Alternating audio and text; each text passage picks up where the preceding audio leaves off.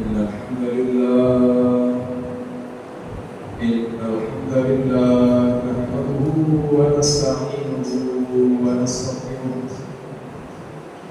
ونعوذ بالله من شرور أنفسنا ومن سيئات أعمالنا من يهده الله فلا مضل له ومن يضلل فلا هادي له وأشهد أن لا إله إلا الله وحده لا شريك له وأشهد أن محمدا عبده ورسوله يا أيها الذين آمنوا اتقوا الله حق تقاته ولا تموتن إلا وأنتم مسلمون يا أيها الناس اتقوا ربكم الذي خلقكم من نفس واحدة وخلق منها زوجها وبث منهما رجالا كثيرا ونساء واتقوا الله الذي تساءلون به والأرحام إن الله كان عليكم رقيبا يا أيها الذين آمنوا اتقوا الله وقولوا قولا سديدا يصلح لكم أعمالكم ويغفر لكم ذنوبكم ومن يطع الله ورسوله فقد فاز فوزا عظيما أما بعد فإن خير الحديث كتاب الله وخير الهدي هدي محمد صلى الله عليه وسلم وشر الأمور محدثاتها وكل محدثة بدعة وكل بدعة ضلالة وكل ضلالة في النار. أعوذ بالله السميع العليم من الشيطان الرجيم من همزه ونفخه ونفثه بسم الله الرحمن الرحيم. قال الله تبارك وتعالى في كلامه المجيد والفرقان الحميد ظهر الفساد في البر والبحر بما كسبت أيدي الناس. ہر قسم کی دوسرا تعریف رسول کی گواہی اللہ الحاکمین کی ذات اقدس کے لیے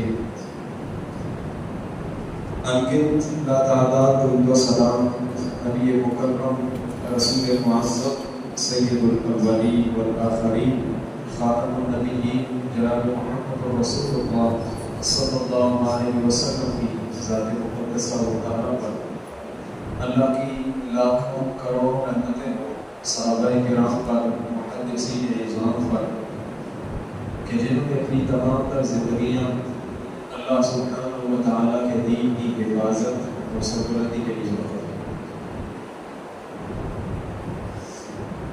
سامعین محترم، موجودہ دور جس سے میں اور آپ گزر گئے یہ انتہائی پرفتن دور ہے. اگر آپ نبی کریم صلی اللہ علیہ وسلم کی احادیث کا بغور مطالعہ کریں تو آپ علیہ السلام کی احادیث میں ایک چیز جو موجودہ دور کے حوالے سے ہمیں ملتی ہے وہ یہ ہے کہ انتہا درجے کا پرفتن دور ہوگا، ہر طرف فتنوں کا دورہ ہوگا، اور اتنے فتنے کہ انسان اندازہ نہیں لگا پائے گا کہ میں کس فتنے سے دو چار ہوا اور آنے والا فتنہ کون سا ہے؟ بلکہ بعض فتنے اس قدر مہلک اور ہلاک کر دینے والے ہوتے ہیں کہ مسلمانوں کی اکثریت کو اس بات کا احساس تک نہیں ہوتا کہ میں کسی فتنے کے اندر مبتلا ہوں۔ آپ اس کو جتنا مرضی احساس دلوائیں جھنجھوڑیں، لیکن وہ اس بات کو ایکسپٹ کرنے کے لیے تیار نہیں ہوتا کہ میں کسی فتنے کے اندر مبتلا ہوں۔ اور آپ یقین جانیے اللہ کے رسول صلی اللہ علیہ وسلم نے اپنی احادیث میں جو قیامت کی چھوٹی نشانیاں گنوائی ہیں وہ ساری کی ساری پوری ہو چکی ہیں، اور اس کے اوپر باقاعدہ علماء نے کتابیں لکھی ہیں، اور آپ علیہ الصلوۃ والسلام نے جتنی نشانیاں گنوائی تھی کہ یہ ساری نشانیاں قیامت سے پہلے پوری ہوگی، وہ چھوٹی نشانیاں سب پوری ہو چکی ہیں۔ صرف چند نشانیاں ایسی باقی ہیں کہ جن کے وقوع پذیر ہونے کے بعد قیامت کا وقوع یقینی ہے، اور ان چند نشانیوں میں سے سیدنا عیسیٰ علیہ السلام کا دوبارہ دنیا میں تشریف لانا، امام مہدی کا، اسی طرح دجال کا آنا، یاجوج ماجوج کا، اور اس کے علاوہ بڑی بڑی چند نشانیاں۔ پھر اس کے بعد قیامت کا آنا یہ یقینی عمل ہے، لیکن جو چھوٹی چھوٹی نشانیاں جو آپ علیہ السلام نے باقاعدہ احادیث میں بیان کی کہ قیامت سے پہلے دنیا کے اندر ایسے ایسے لوگ حکمران بنیں گے کہ جو اہل نہیں ہوں گے۔ آج دیکھ لیں آپ، یہ قیامت کی نشانی ہے۔ آپ علیہ السلام نے فرمایا کہ مسلمانوں کی خواتین بے پردہ گھومیں گی، یہ قیامت کی نشانی پوری ہو چکی ہے۔ لباس پہننے کے باوجود خواتین برہنہ نظر آئی، کیا ایسا منظر نہیں ہے؟ یہ قیامت کی نشانی ہے۔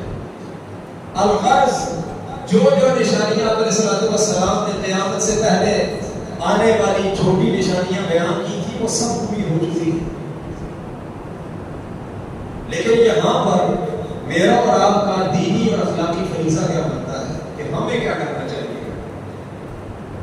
یقیناً ہمیں ان آزمائشوں سے، ان فتنوں سے اپنے آپ کو بچانا چاہیے، محفوظ رکھنا چاہیے۔ یہ بات اپنی جگہ بالکل مسلم ہے کہ قیامت سے پہلے بے حیائی عام ہوگی، لیکن اس بے حیائی کا سبب ہم نہ بنیں، ہماری گھروں کی خواتین نہ بنیں۔ یہ بات اپنی جگہ بالکل مسلم ہے کہ قیامت سے پہلے جو نشانیاں آپ علیہ السلام نے گنوائی ان سب نے پورا ہونا ہے، لیکن ایسا نہ ہو کہ وہ نشانی پوری کرنے والے میں اور آپ نہ ہوں، کیونکہ اللہ کے رسول صلی اللہ علیہ وسلم نے فرمایا کہ قیامت جب قائم ہوگی تو وہ ان لوگوں کے اوپر قائم ہوگی جو دنیا کے اندر اللہ کے سب سے ناپسندیدہ لوگ، یعنی قیامت کی نشانیاں جو لوگ پورا کر رہے ہوں گے وہ لوگ اللہ کے ناپسندیدہ لوگ۔ فتن دور کے اندر ہماری یہ ذمہ داری بنتی ہے کہ ہم نبی کریم صلی اللہ علیہ وسلم کی سیرت کا مطالعہ کریں، آپ کی حدیث کو بغور پڑھیں اور ان کے اوپر عمل کریں، اور آپ یقین جانیے کہ ایک حدیث مبارکہ میں تو آپ علیہ السلام نے یہاں تک ارشاد فرمایا کہ قیامت سے پہلے ایک وقت مسلمانوں کے اوپر ایسا بھی آئے گا کہ مسلمان صبح کلمہ تو ہوگا، مسلمان ہوگا، لیکن شام کو وہ کافر ہو جائے گا، شام کو وہ مومن ہوگا لیکن صبح اٹھے گا تو وہ کافر ہوگا، اٹھے گا ایمان اس کے پاس محفوظ نہیں ہے۔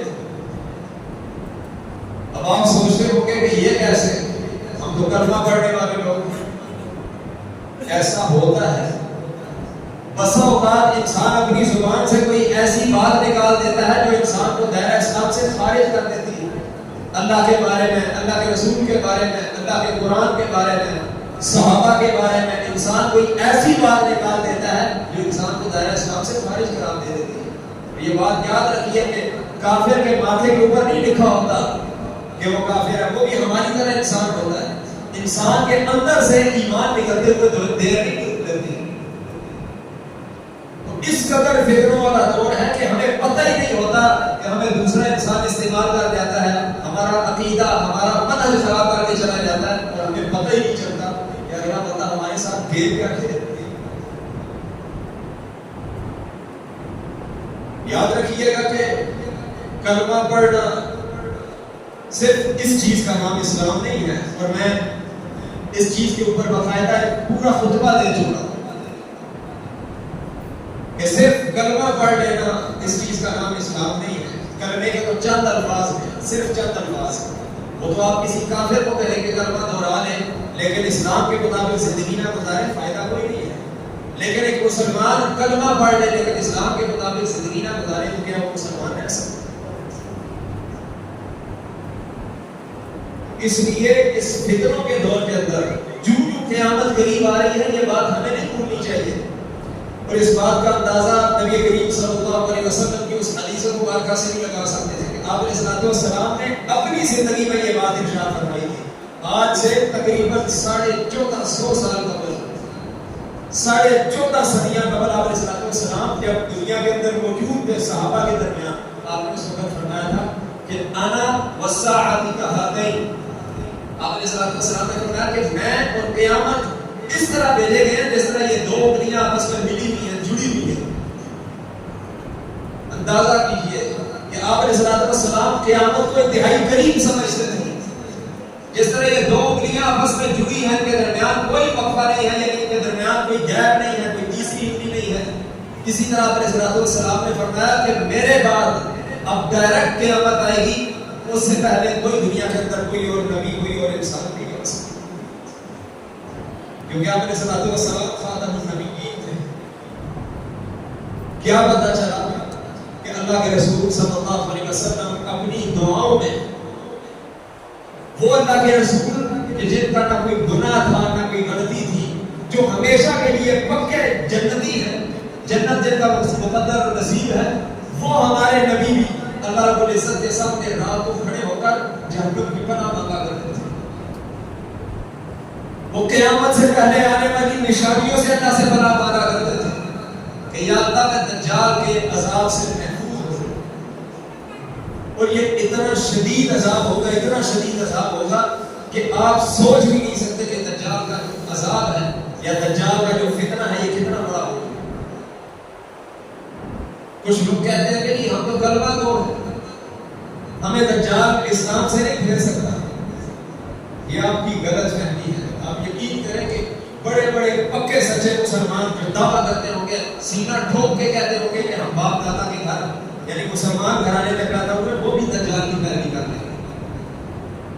اگر آپ کو اس بات کا اندازہ نہیں ہے تو آپ دیکھ لیں موجودہ دور کے اندر ہمیں ایسے کئی اسلامی اسکالرز ملیں گے جنہوں نے دین کا حلیہ استعمال کیا ہوا ہے، انہوں نے باقاعدہ کوبا جوبا پہنا ہوا، ہمیں دین اسلام کے خلاف تعلیمات دیتے اور ہم ان کی بات مان دیتے ہیں۔ آدھا کہ ان کے چہرے کے اوپر دجال یا کافر نہیں لکھا ہوا، اسلام کا لبادہ اڑا ہے، لیکن وہ ہمارا عقیدہ خراب کر جاتے ہیں۔ وہاں پر بھی ایک پڑھا لکھا سمجھدار مسلمان، باپ دادا جس کے مسلمان چلے آتے آ رہے ہیں، وہ بھی اس کے ہاتھ کے اوپر بیعت کر دیتا ہے۔ کیا سمجھتے ہیں کہ دجال کے پاس بھی کم اتھارٹی اور پاور ہوگی؟ ایک ہاتھ کے اوپر اس کی جنت، ایک ہاتھ کے اوپر جہنم۔ اللہ رب العزت نے اتنا اختیار اس کو دیا ہوا کہ وہ جب چاہے گا جہاں چاہے گا بارش برسائے۔ کیا بھولے والے مسلمان اس کی ابتدا نہیں کریں؟ اتنے فتنے کہ آپ سوچ بھی نہیں سکتے کہ آنے والے وقت میں ہماری اولادوں کے ساتھ، ہماری جو آنے والی جنریشن ہے ان کے ساتھ کیا کیا ہوگا۔ موجودہ دور کے اندر میں آپ کو اگر فتنوں کی فہرست گنوانا شروع کروں تو آپ یقین مانیے کہ ہماری اولادیں یا شاید ہم جو اپنے آپ کو پکے سچے مسلمان کے راتے ہیں شاید ایک بھی فتنے سے ہم نہ بچ سکتے۔ اتنے فتنے موجود ہیں ہمارے معاشرے میں، لیکن میں نے اور آپ نے کبھی اس ذمہ داری کو پورا کیا ہے کہ ہماری آنے والی اولادیں ان فتنوں سے کیسے محفوظ رہ سکیں۔ یہ بات تو طے ہے کہ ہماری آنے والی اولادیں فتنوں کے اندر مبتلا ہوں گی، فتنے ان کے سامنے ہوں گے، لیکن اصل سوال یہ ہے کہ میں نے اور آپ نے اپنی اولادوں کے لیے کیا کیا ہے کہ وہ فتنوں کا مقابلہ کر سکیں۔ ظاہر سی بات ہے، ایک شخص نے دشمن سے جب مقابلہ کرنا ہو، اس کے پاس اسلحہ ہوتا ہے، پوری ٹریننگ حاصل کرتا ہے، بغیر اسلحے کو تو جنگ نہیں جیتی جا سکتی۔ آپ نے اپنی اولاد کو کیا اسلحہ دیا ہے، کیا ہتھیار دیا کہ آنے والے وقت میں، آنے والے دور میں جب فتنوں کا سامنا ہوگا تو فتنوں کا مقابلہ کیسے کرے گا؟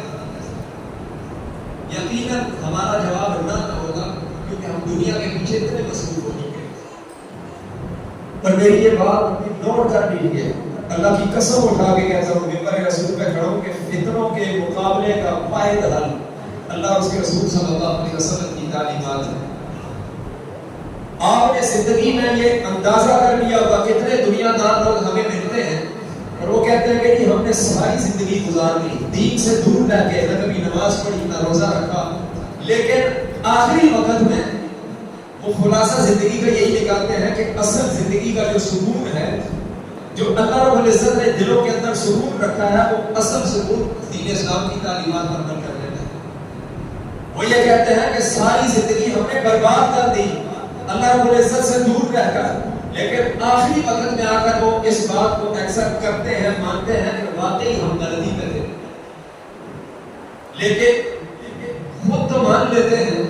کبھی اپنی اولادوں کو یہ نہیں کہا کہ بیٹا ہم نے تو اپنی زندگی برباد کر لی، آپ اللہ سے دور نہ ہو، ہم نے تو ساری دنیا گھوم پھر لی ہے، ساری دنیا کی دولت حاصل کر لی ہے، لیکن ہمیں سکون نہیں ملا۔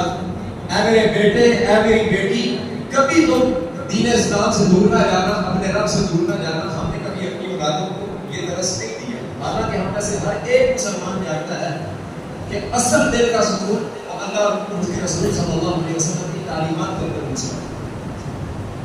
اور آپ یقین جانیں کہ آپ فتنوں کا مقابلہ اس وقت تک نہیں کر سکتے جب تک آپ قرآن کریم کو ترجمے اور تفسیر سمیت نہیں پڑھتے، آپ احادیث کا مطالعہ نہیں کرتے، آپ علماء کے ساتھ مضبوط نہیں رہتے۔ فتنوں کا سب سے زیادہ شکار ہماری اب جنریشن ہوتی ہے، نوجوان نسل، اس لیے کہ وہ علماء سے دور ہیں۔ وہ یہ سمجھتے ہیں کہ علماء شاید ہمارے محسن نہیں ہیں۔ آپ دنیا جہان کی ڈگریاں اٹھا کے آ جائیں لیکن فتنوں کا مقابلہ نہیں کر سکتے جب تک آپ کو قرآن کے اوپر عبور نہ ہو، جب تک قرآن اور صاحب قرآن یا علماء سے آپ کا واسطہ مضبوط نہ ہو۔ یہ بات یاد رکھیے گا کہ اگر ہماری روش ایسے ہی رہی تو کبھی بھی ہماری حالت چینج نہیں ہوگی۔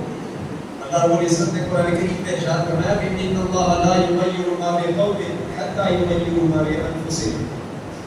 خدا نے آج تک اس قوم کی حالت نہیں بدلی، نہ وہ خیال جسے آپ اپنی حالت کے بدلنے کا۔ اگر آپ اپنے آپ کو چینج نہیں کریں گے، دنیا سے علیحدہ کر کے اللہ رب العزت کے قریب نہیں جائیں گے، تو پھر یہ بات یاد رکھیے کہ اللہ رب العزت کو بھی میری اور آپ کی ضرورت نہیں ہے کہ اللہ رب العزت اپنے قریب ہمیں لے کے آئے۔ ہمیں کوشش کرنی پڑے گی، ہمیں اپنے وقت میں سے قیمتی وقت نکال کے اللہ رب العزت کے سامنے کھڑا ہونا پڑے گا، اپنے گناہوں کا اعتراف کرنا پڑے گا، اپنے رب سے یہ دعا کرنی پڑے گی کہ یا اللہ ہمیں فتنوں سے محفوظ کر، یا اللہ ہمارا خاتمہ اس حالت کے اوپر ہو، یا اللہ جس حالت میں ہم سے راضی ہو، تب جا کے ہم سرخور ہو سکتے ہیں، تب جا کے ہم آخرت میں کامیاب ہو سکتے ہیں۔ اگر ہم یہ سمجھتے ہیں کہ ہم ساری زندگی اپنی مرضی کے مطابق گزاریں اور آخرت میں ہم ڈائریکٹ جنت میں گھس جائیں، تو یقیناً کہ ہماری بہت بڑی غلط فہمی ہے، کیونکہ اللہ رب العزت نے اس دنیا کے اندر ہمیں جو بھیجا ہے ہماری کچھ ذمہ داریاں عائد کر کے ہمیں بھیجا ہے۔ ایسے نہیں ہے کہ انسان ساری زندگی ایسے گزار دے، 15-20 سال بعد انسان ڈگری حاصل کرے، پھر 15-20 سال نوکری کرے، پھر اس کے بعد ریٹائرمنٹ کے بعد انسان 2-4 نمازیں پڑھ کے اور کہے کہ بس میں نے اللہ کا حق ادا کر دیا۔ نہیں، یہ بہت بڑی غلط ہے۔ اللہ رب العزت نے ہر ایک کے اوپر ذمہ داریاں عائد کی اور ہر ایک سے اس کی ذمہ داری کے مطابق روز قیامت سوال پوچھا جائے گا۔ جامع ترمذی کے اندر اللہ کے رسول صلی اللہ علیہ وسلم کی وہ حدیث مبارکہ ہے، اللہ کی قسم اگر آپ وہ حدیث پڑھ لیں آپ کی روح کانپ جائے گی، اتنی سخت حدیث۔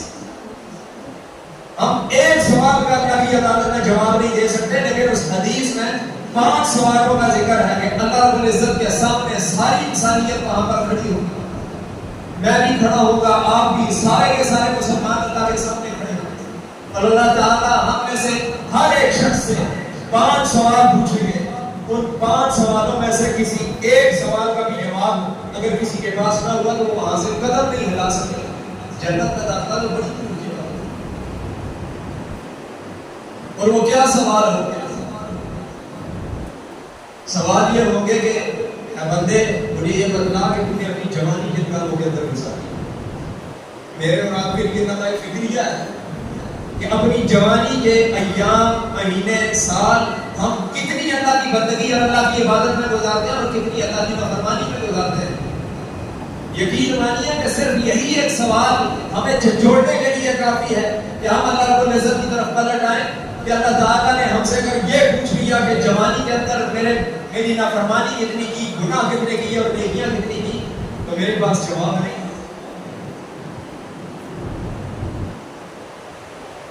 ہم کہاں کھڑے ہیں؟ ہمیں کسی نے غلط پٹی پڑھائی ہے, غلط گائیڈ دیا ہے. اور صحیح بخاری کی وہ حدیث وہ بھی ہمیں ذہن میں رکھنی چاہیے. اللہ کے رسول صلی اللہ علیہ وسلم نے فرمایا, اور صحیح بخاری کے اندر یہ تقریباً 5 سے 6 جگہوں پر یہ حدیث ہے. آپ علیہ الصلوۃ والسلام نے خبردار کیا, کسی کو آپ نے وارننگ دینی ہو نا تو وہ صیغہ عربی کے اندر آپ علیہ الصلوۃ والسلام نے استعمال کیا کہ الا, خبردار لوگوں ہوشیار ہو جاؤ, کلکم راع و کلکم مسئول عن رعیتہ, کہ تم میں سے ہر ایک نگران ہے اور ہر ایک کے بارے میں اللہ تعالیٰ اس کی نگرانی کے متعلق سوال پوچھیں گے. اللہ تعالیٰ نے ہمیں ذمہ دار بنایا ہے, نگران بنایا ہے, اور اللہ تعالیٰ ہم میں سے ہر ایک شخص سے اس کی نگرانی کے متعلق آخرت میں سوال لازمی پوچھیں گے. میرا علیہ السلام نے فرمایا کہ الرجل راع فی اہل بیتہ, کہ جو مرد ہے وہ اپنے گھر کے اوپر نگران ہے, اور وہ مسئول عن رعیتہ, اور آپ علیہ السلام نے فرمایا کہ جو اس کے ماتحت لوگ ہیں ان کے بارے میں اس سے سوال پوچھا جائے گا. یہاں پر رک کر اگر میں بحیثیت والد, بحیثیت باپ, بحیثیت شوہر, بحیثیت بیٹا یا بحیثیت بھائی اپنے آپ سے سوال پوچھوں کہ میں اپنی ذمہ داری پوری کرتا ہوں, کیا میں اپنے بیٹوں کو نماز پڑھنے کا حکم دیتا ہوں, اپنے بھائیوں کو نماز کا کہتا ہوں؟ یقیناً اسی سوال کے اندر ہی ہم فیل ہو جائیں گے. آپ یقین مانیے کہ ہم لوگ خود تو نماز پڑھتے ہیں لیکن اپنی اولاد کو جگہ میں دوبارہ نہیں کرتے. صبح نماز کا ٹائم ہوتا ہے, ہمارے جوان بچے صبح کو سوئے ہوتے ہیں, لیکن جو ہی اسکول یا کالج کا ٹائم ہوتا ہے ہم انہیں جھنجھوڑ کے اٹھاتے ہیں کہ پتہ نہیں وہ فرض انسان سے رہ جائے گا. یعنی ہمیں اللہ کی پرواہ نہیں ہے, ہمیں دنیاوی تعلیم کی زیادہ پرواہ ہے کہ فائل نہ ہو جائے. اور اللہ کی قسم یہ بات یاد رکھیے کہ آپ جتنی مرضی اچھی سے اچھی ڈگری حاصل کر لیں, آپ فرسٹ آ جائیں, لیکن اللہ تعالیٰ دنیا کی ڈگری کے متعلق آپ سے نہیں پوچھے گا. اللہ تعالیٰ یہ پوچھے گا کہ فجر کی نماز ضائع کیوں کی تھی. اور جامع ترمذی کی وہ حدیث اللہ کے رسول صلی اللہ علیہ وسلم نے فرمایا کہ مرنے کے بعد ہر مسلمان سے سب سے پہلا سوال جو ہوگا وہ نماز کے متعلق. ہم تو اسی سوال میں ہی پھر ہوتے ہیں. میرا علیہ السلام نے فرمایا کہ اگر انسان اس سوال کے اندر کامیاب ہو گیا کہ یا اللہ میں نے ساری نمازیں پڑھی, دن کی 5 نمازیں پڑھی, تو آپ علیہ السلام نے فرمایا کہ اس کے باقی سارے اعمال اللہ تعالیٰ آسان فرما دیں گے. یعنی باقی کے سارے معاملات ہیں وہ اللہ آسان فرما دیں گے. لیکن اگر اس سوال کا جواب دینے میں انسان ناکام ہو گیا کہ یا اللہ میں نے 4 نمازیں تو پڑھی, 1 رہ جاتی تھی, 3 پڑھی 2 رہ جاتی تھی, یا میں نے جان بوجھ کر فلاں دن کی نماز چھوڑی, تو اللہ کی عدالت میں اس چیز کا جواب دینا بڑا مشکل ہو جائے گا. وہاں پر سمجھ لیں کہ وہاں, اور پھر یہ بات قرآن کریم کے اندر بھی لکھی ہوئی ہے. قرآن میں یہ بات اللہ رب العزت نے فرمائی کہ جب جنتی لوگ جہنمیوں سے پوچھیں گے کہ تم دنیا کے اندر تو بڑے نیکی کے کام کرنے والے تھے, جہنم کے اندر کیسے چلے گئے, ہمارے ساتھ اٹھتے بیٹھتے. تو قرآن کریم نے وہ نقشہ کھینچا ہے کہ جہنمی لوگ یہ کہیں گے کہ لم نکن من المصلین, ہم دنیا میں نماز نہیں پڑھا کرتے تھے. دنیا جہان کی نیکیاں کرنے اگر آپ نماز نہیں پڑھتے تو آپ یقیناً فتنے کے اندر مبتلا. اگر کوئی مسلمان نماز نہیں پڑھتا, یعنی ادھر سے اللہ کی آواز, اللہ کا حکم, اللہ کی پکار کہ نماز کے لیے آ جاؤ, کامیابی کے لیے آ جاؤ, فلاح اسی چیز کے اندر ہے, انسان یہاں سے بات سن کے یہاں سے نکال دے، کیا خیال ہے انسان فرمانبردار ہوگا آپ کا نافرمان؟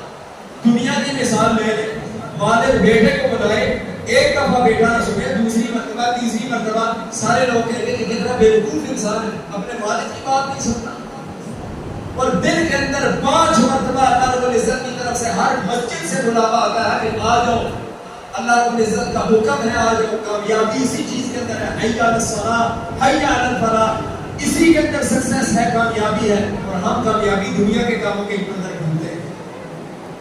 کیا خیال ہے کہ 5 مرتبہ دن کے اندر جو مسلمان اپنے آپ کو مسلمان کہلوائے اور اللہ کے حکم کے اوپر لبیک نہ کہے، یہاں سے سن کے اذان یہاں سے نکال، کیا اللہ راضی ہوگا؟ یاد رکھیے یہ بھی فتنہ ہے، بہت بڑے فتنوں کا ہم شکار ہیں۔ آپ دنیا کا ہر کام کریں، محنت مزدوری کریں، کاروبار کریں، دکان کریں، لیکن جب نماز کا ٹائم ہو، اللہ رب العزت کی بندگی کا ٹائم ہو، پھر اللہ رب العزت کو ٹائم دے۔ اور یقین جانیے کہ جو شخص اپنی زندگی میں نماز کے اوپر ہمیشگی نہیں کر سکتا، وہ کبھی بھی ایک اچھا مسلمان نہیں بن سکتا۔ ہمارے استاد محترم کہا کرتے تھے کہ میں آج کے دور کے اندر، استاد محترم کہا کرتے تھے کہ اس فتنوں کے دور کے اندر میں اسے مجاہد مانتا ہوں کہ جو دن کے اندر 5 وقت کی بر وقت نماز ادا کر لیتا ہے، اس سے بڑا کوئی مجاہد نہیں ہے۔ اتنا مشکل ہو چکا ہے، ہر شخص یہ کہتا ہے کہ نہیں میرے کپڑے خراب ہیں، میرے پاس ٹائم نہیں ہے، میں نے فلاں جگہ جانا ہے، یعنی دنیا جہان کے لیے ہمارے پاس کام ہے، اللہ کے لیے وقت نہیں ہے، جس اللہ نے ہمیں پہلے ہی عبادت نہیں دی۔ خدا را اس بارے میں سوچئے، کہیں ایسا نہ ہو ہماری ساری دنیا کی محنتیں کاوشیں دھڑی کی دھڑی رہ جائیں، اور جب ہم اللہ کی عدالت میں وہاں کھڑے ہو تو ہمارے ہاتھ خالی ہو۔ کہیں ایسا نہ ہو کہ ہم اس غلط فہمی کے اندر ساری زندگی مبتلا رہے ہیں کہ ہم تو مسلمان گھرانے میں پیدا ہوئے۔ میں مایوسی نہیں پھیلا رہا، ہمارا یہ ایمان ہے کہ اگر کسی مسلمان کے دل کے اندر، یہ بھی باقاعدہ حدیث ہے کہ رائی کے دانے کے برابر کی اگر ایمان موجود ہے تو وہ بھی انشاءاللہ جنت میں جائے گا۔ لیکن کبھی میں نے اور آپ نے سوچا ہے کہ جنت میں جانے سے پہلے اس کے ساتھ کیا ہوگا؟ انسان دنیا کی آگ کے اندر 1 سیکنڈ برداشت نہیں کر سکتا۔ 1 سیکنڈ آپ کسی کو کہیں دنیا کی آگ جلائے اور 1 سیکنڈ اس میں اپنا ہاتھ رکھے، کبھی آپ نے غور کیا کہ جہنم کی آگ جو دنیا کی آگ سے 70 گنا گرم ہے؟ لوگ تو بڑے دھڑلے سے کہتے ہیں کہ کیا ہوا جی آخرت میں تو جنت میں جائیں گے، تھوڑا عذاب ہی ملے گا۔ وہ تھوڑا عذاب آپ کو نظر آتا ہے، دنیا کے اندر انسان کی ذرا سی انگلی جل گئے دنیاوی آگ سے، انسان رات کو بے چینی کی وجہ سے سو نہیں سکتا۔ آخرت کا عذاب آپ نے اتنا ہلکا سمجھ لیا، دنیا کی آگ سے اوپر سے ہاتھ نہیں گزار سکتے۔ کبھی آپ نے امیجن کیا کہ 70 گنا یہ آگ زیادہ گرم ہو جائے، اس کے اوپر سے آپ ہاتھ بھی گزاریں تو آپ کی چمڑی اتر جائے گی، ہڈیاں تک راکھ بننے لگی۔ یعنی جو گناہ ہم کر رہے ہیں، جو اللہ کی نافرمانیاں کر رہے ہیں، کیا اس کا حساب ہمیں اللہ کی عدالت میں نہیں دینا پڑے گا؟ اور وہ گناہ جتنے مرضی ہوں، کچھ اللہ رب العزت کے یعنی جو حق ہیں ہم ان میں حق تلفی کرتے ہیں، کچھ لوگوں کے حقوق میں حق تلفی کرتے ہیں، جو بھی نافرمانیاں ہم کر رہے ہیں حساب تو ہمیں دینا پڑے گا۔ اور صحیح مسلم کی وہ حدیث آپ نے کئی مرتبہ سنی ہوگی، اختصار کے ساتھ اس حدیث کو بھی سنتے جائیے کہ اللہ کے نبی صلی اللہ علیہ وسلم نے فرمایا کہ اتدرون ما المفلس، اے میرے صحابہ کیا تمہیں پتہ ہے کہ میری امت کا سب سے غریب انسان کون ہے؟ صحابہ نے اپنی فہم کے مطابق جواب دیا کہ یا رسول اللہ جس کے پاس درہم و دینار نہ ہو، مال و دولت نہ ہو، غریب وہی ہوتا ہے۔ آپ نے فرمایا کہ نہیں، میں اس غریب کی بات نہیں کر رہا، میں اس غریب کی بات کر رہا ہوں کہ جو اللہ کی عدالت میں نیکیوں کا پہاڑ لے کر آئے گا، اس میں نمازیں بھی ہوگی، روزے، حج، زکات، سب کچھ ساری نیکیاں ہوگی، نیکیوں کا ایک بہت بڑا پہاڑ ہوگا، اللہ کی عدالت میں ایک مسلمان لے کے حاضر ہوگا۔ لیکن دنیا کے اندر کچھ لوگوں کا حق اس میں مارا ہوگا، وہ کتاب بن جائے گی۔ یہاں دنیا کا حساب نہیں ہے کہ انسان 4 پیسے دے کے یا جج کو خریدے یا دوسرے کے وکیل کو خرید کے مقدمہ جیت جائے۔ اللہ کی عدالت میں کچھ بھی ایسا نہیں چلے گا. اللہ کی عدالت میں تو یہاں تک ہے کہ اگر ایک سیخ والی بکری نے دوسری کو اگر ٹکر ماری تو اللہ رب العزت اس گندی بکری کو آخرت میں سیخ دے کے اپنا بدلہ پورا کرے. اللہ رب العزت تو اس قدر عدل و انصاف والی ذات ہے. وہاں پہ تو جان چھڑانا بڑی مشکل ہوگی. حدیث مبارکہ میں یہ ہے کہ جو نیکیوں کا پہاڑ لے کر اللہ کی عدالت میں حاضر ہوگا وہ اس خوشفہمی کے اندر مبتلا ہوگا کہ میں نے تو اتنی نیکیاں کی ہیں میں تو جنت میں جاؤں گا. اسے وہ سارے گناہ بھول چکے ہوں گے. ظاہر سی بات ہے کہ ہمیں ایک دن کے گناہ یاد نہیں رہتے کہ میں نے صبح کسی انسان کا دل اٹھایا تھا, میں نے پرسوں کیا کیا تھا, کل کیا کیا تھا, ہمیں تو یاد ہی نہیں رہتے. لیکن اللہ کی عدالت میں انسان کا ایک ایک گناہ اور ایک ایک نیکی سامنے آ جائے گی. لوگوں کی لائن لگی ہوگی. ایک شخص کہے گا کہ یا اللہ اس نے دنیا میں میری غیبت کی تھی, میری پیٹھ پیچھے میری برائی کی تھی. دوسرا آئے گا یا اللہ اس نے تو لڑائی جھگڑے میں مجھے تھپڑ مار دیا تھا. تیسرا آئے گا یا اللہ اس نے تو مجھے گالی دی تھی. چوتھا آئے گا کہے گا یا اللہ اس نے تو میرے پلاٹ کے اوپر قبضہ کیا تھا. الغرض اللہ رب العزت ہر ایک کو اس کی نیکیوں میں سے اس کے مقدر حصہ دیتے رہیں گے. ابھی حساب لینے والوں کی لائن ختم نہیں ہوگی. انسان کی ساری نیکیاں ختم ہو جائیں گی جو پورا پہاڑ لے کے آیا ہوگا. ابھی پھر اللہ رب العزت دوسرے لوگوں سے کہیں گے ہاں جی مطالبہ کرو. وہ کہیں گے کہ یا اللہ اس نے میرے ساتھ فلانا انصافی کی تھی, فلانا انصافی کی تھی. اور ایک وقت آئے گا کہ انسان کے پاس نیکیاں نہیں بچی ہوگی. اللہ تعالیٰ کو لوگوں کے گناہ اس کے نامہ اعمال میں ڈالتے رہیں گے اور پھر جو نیکیوں کا پہاڑ لے کر اللہ کی عدالت میں آیا ہوگا اس کے گناہوں کا ایک پہاڑ بن جائے گا. اللہ رب العزت اس قدر ناراض ہو گیا ایسے شخص کے اوپر اور فرشتوں کو حکم دے گے کہ اس بدبخت کو غسیل کر جہنم تک لائیں. اور یاد رکھیے گا کہ وہ مسلمان ہی ہوتے ہیں. کافروں نے تو جانا ہی جہنم میں کیونکہ وہ کلمے کے پابند نہیں ہوتے, وہ اللہ کو مانتے نہیں, اللہ کے رسول کو نہیں مانتے, قرآن کو نہیں مانتے. لیکن جو کلمہ کو ہے وہ اگر لوگوں کا حق مارتا ہے, لوگوں کے ساتھ میں انصافی کرتا ہے, اللہ کی عدالت میں ایک ایک چیز کا حساب دینا پڑے گا. مرنے سے پہلے لوگوں سے معافی مانگ لیں, جو آپ نے ان کا نقصان کیا ہے اس کی تلافی کر لیں. کہیں ایسا نہ ہو کہ اللہ کی عدالت میں آپ کی ساری نیکیاں رائے گاہ چلی ہیں اور ہمارا بھی انجام اللہ نہ کرے اس شخص کی طرح ہو کہ جس کا حدیث کا تذکرہ ہے. ہمیشہ اللہ تعالیٰ سے یہ دعا کیا کریں کہ یا اللہ ہمیں ہر طرح کے فتنوں سے محفوظ فرما. یا اللہ ہمیں زندہ رکھ دین اسلام کی تعلیمات کے مطابق, قرآن و سنت کے مطابق. اور یا اللہ جب ہمیں موت آئے تو اپنے راستے میں شہادت کی موت عطا. اللہ رب العزت کے سامنے رات کو وقت نکال کے صرف 2 رکعتیں ہی پڑھ کے اللہ کی عدالت میں کھڑے ہو کے رو کر کے ملا کر دعا پڑھا کریں. اور آپ یقین کریں کہ آپ کا دل ہلکا ہو جائے گا.